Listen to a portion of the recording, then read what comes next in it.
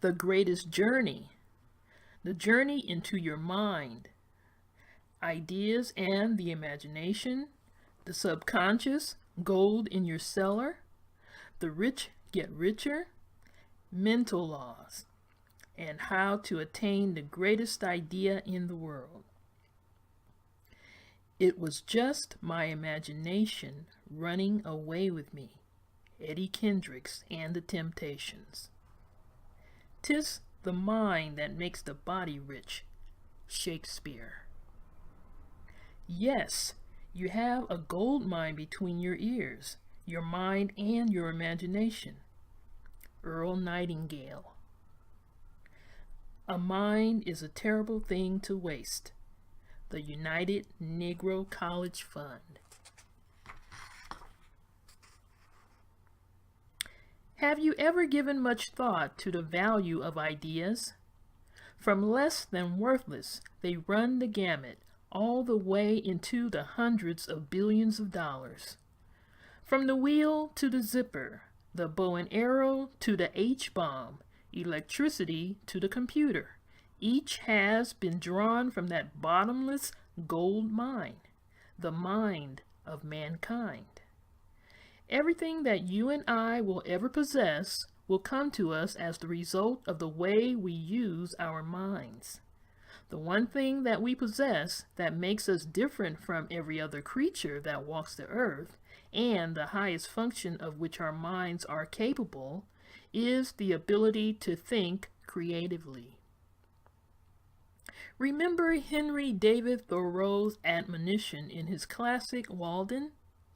He told us that if we have built castles in the air, our work need not be lost, for that is where they should be. Then he urged us to put foundations under them. I am going to share with you some powerful tools that you can use, not only to construct your castles in the air, but also to erect them in concrete. You are about to learn how to turn many of your dreams into reality. But you must listen with an open mind and open heart, and then be prepared to act. All the noble thoughts, magnificent dreams, and secrets of achievement are of little value unless and until they are placed into action. Ideas move faster than speeding bullets and penetrate more swiftly and deeply than laser beams. Ideas can change the direction of life and move the consciousness from despair to hope to upward flight. Nothing can enslave an idea or the imagination. No matter where we live, there is no poverty-stricken domain on the face of the earth where the Almighty will not perform his miracles right before our eyes. No spot is so barren that ideas will not grow. For as he thinks in his heart, so is he. Each of us has the opportunity to draw upon our inner resources, which foster all ideas, dreams, and hopes. Can you accept the notion that your imagination rules your world? Pay careful attention to this amazing man who learned the power of ideas. Ed Gardner is a man you wouldn't notice in a crowd. A deep-rooted Midwesterner, perennially dressed in a white button-down shirt and conservative suit. Nonetheless, the secret to his success is his passionate commitment to ideas. Gardner has built a $95 million hair care company, Soft Sheen Products, by outsmarting the competition, carefully, always backed up by months of arduous planning geared to snatch opportunity at every turn. Gardner's story began in the West Chesterfield section of Chicago. His father was a self-taught electrician who plied his trade when he wasn't sweeping floors for a local furniture company. His mother, a sharp-witted and forceful woman, cared for him and an older brother. Theirs was a home of ample love and plenty of direction. As a child, Gardner held a string of jobs, but by far the most memorable was hawking newspapers for the Pittsburgh Courier and Chicago Defender. I was 8 years old when my mother finally gave in to my pleas. I asked her several times for permission to sell newspapers, but was always rebuffed. I guess you could say this was a sign of things to come. I wanted to sell papers, not for the measly $2 a week that I would earn, but because the paper route would be mine. These would be my customers. After high school and a stint in the Army, Gardner continued to act on that ambition. He graduated from college with a degree in education and had planned to work himself up the bureaucratic ladder within Chicago's public schools. Though the security of teaching clearly took care of a mortgage, his wife, and 4 small children, Gardner found few outlets for his business talent and ideas. To fill the void, he began selling beauty supply products for a regional chain after hours.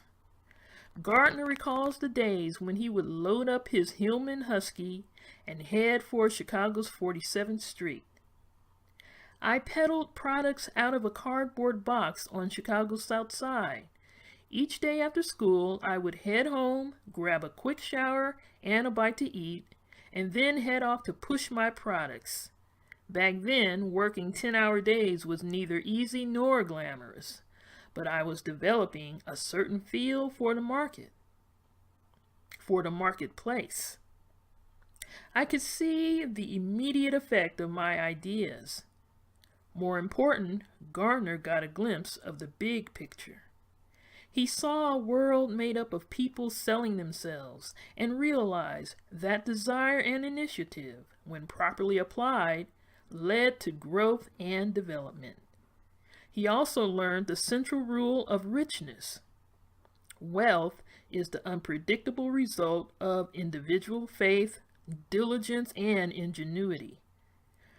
Gardner's hard work and determination began to lead to modest success. The dream takes hold. By the start of the 1960s, Gardner had been promoted to assistant principal and began to wade deeper into entrepreneurial waters. With the help of his family, he began mixing and packaging his own hair preparations in the basement of his home. Soft Sheen's first product was a light hair and scalp conditioner that was in direct contrast to the heavy pomades used by black beauticians. The tiny firm grabbed a toehold on the competition and chiseled out a corner of the market. For the next 6 years, Gardner cautiously added to his line and stayed out of the way of larger black manufacturers. But with his success came an agonizing decision. Gardner was no longer able to manufacture his now widely accepted product and perform his duties as a principal. This was no ordinary midlife crisis. He and his wife, Betty Ann, weren't blind to the security of the school system, yet he believed he could make a go of it on his own. He mulled over the decision for months. I had just been promoted on my job while the demands of my business were expanding. When I decided to take the plunge, something that I had hoped to do, my friends and relatives thought I had lost my mind. I remember a neighbor asking my wife, "You mean Ed's going to leave that job to sell hair oil?" I couldn't explain it to them. They never realized the power of my dream. Initially, the going was tough. Everything seemed to be in a constant state of flux. Sales on his most profitable product had flattened. It was already 1978, a full 5 years since he had decided to go full-time, when Gardner began to suffer from all the guilt and anxieties that achievers report when telling of their crucial moves. Softsheen was in the third year of a 4-year slide and struggling. That year, the company had sales of less than $2 million and a handful of employees, and Gardner saw nothing on the horizon. For the first time, his spirits began to wane. By the start of the new year, Gardner seemed to be searching for opportunities that didn't exist. He was traveling at a frenetic pace, trying to shore up sales. For a man who seemed to live his life in advance with well-timed moves, he had no new products, nothing to anticipate. The days seemed to slide by unnoticed. And then it happened. One life-changing idea. During a trip to the West Coast to help gather his thoughts, Gardner noticed a sporty hairstyle among active Californians. Willie Barrow, a local cosmetologist, developed a method that would moderately curl naturally straight hair, a process that was gaining momentum among both whites and Hispanics. Unlike other bothersome styles or permanents, the curl, as it was aptly called, required little maintenance and seemed perfectly suited for the fast-paced, carefree lifestyle. The wet look craze was a fad that attracted both genders and all age groups, as well as an inquisitive Ed Gardner. In his accustomed fashion, he began to think of the possibilities. This was a groundbreaking opportunity, and nobody saw it clearer than he. But the process was fraught with problems. It took beauticians 6 to 8 hours to create the hairstyle, and the cost ran as high as $100. But Gardner wouldn't be stopped. He realized this could be his chance to propel Softsheen into the big leagues. He toyed with an idea. What if I could reduce both time and cost? Lacking a scientific background, Gardner had a team of chemists plug away until they found the right formula for the product. With typical elan, he took a financial beating, pouring in time and money on an untried, untested product. Meanwhile, Gardner and his staff searched tirelessly for the niche that would allow Softsheen to restructure the market. The magic moment finally arrived 1 year later when the first batch came down the assembly line. Long since convinced of the product's viability, an ecstatic Gardner loaded the truck and immediately dashed to trade shows in Michigan and Missouri. It wasn't until he got to Detroit, buttoned his shirt and straightened his tie and sold $4,000 worth of curly perm that he realized the product lacked a name and a label. Once beauticians saw the results, he says excitedly, they gobbled up the product right out of unmarked jars. Arriving back in Chicago, Gardner found little time to gloat in his success. Instead, he focused on developing a marketing concept, one that would include the distribution of Carefree Curl, so named by his son, and a supplemental line of products that would transform his fragile, family-owned enterprise into a $95 million monolith. Formula for success. Today, Softsheen has continued to ride the crest of almost uncontrollable growth. It's now the largest minority-owned manufacturing firm in the United States and is one of Black Enterprise Magazine's top 10 Black-owned companies for 1994. Ed Gardner and Softsheen were highly successful in executing path-breaking ideas. What can you learn from this example? Gardner quickly points out the key. What will it take to succeed? Hard work, determination, of course. The support of friends and family, without a doubt. Those are all a part of it. But what's most important is your ability to utilize your imagination, to tap into your inner reserve, the source of all achievement. There's an erroneous theory that surfaces again and again, that chances for success continue to erode and dwindle, that fewer opportunities exist today than were available in the past, that our nation has reached its plateau, that the world is dominated by those who have already capitalized on all prevailing ideas, and that success is a finite realm already filled to capacity. This is nothing more than conjecture.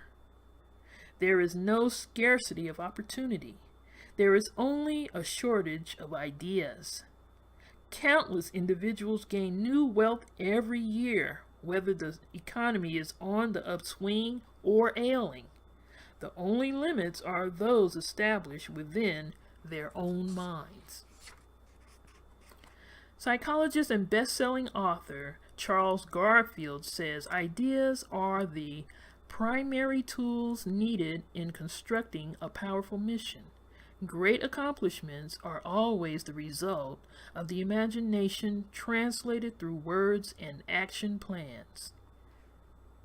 Abraham Maslow, founder of Third Force Psychology, believed there is a tendency in everyone's life for self-actualization.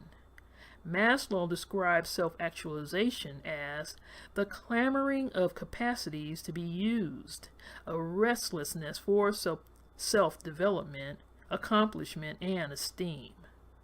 One's full potential emerges not just from developing skills, but from first unlocking the door to the internal resources of the mind waiting to be tapped. The key to unlocking that door comes from envisioning a mission, maintaining a dream. Albert Einstein stated that imagination is more important than knowledge. Einstein claimed that he only had 2 original ideas during his entire life, and that these were the products of his reasoning plus intuition. A human acts, feels, and performs in accordance with what he imagines to be true about himself and his environment. This is the fundamental law of mind. It is the way in which humans are structured. Man is, for the most part, teleological, always moving in the direction of his most dominant impulse. Maxwell Maltz, the renowned plastic surgeon, theorized that imagination, the dream, plays a far more crucial role in life than one is led to believe. Creative imagination, according to Maltz, is not something reserved for the artistic or attunely creative. Imagination sets the goal picture that our automatic mechanism relies upon. One acts or fails to act not because of will, as is commonly believed, but because of imagination.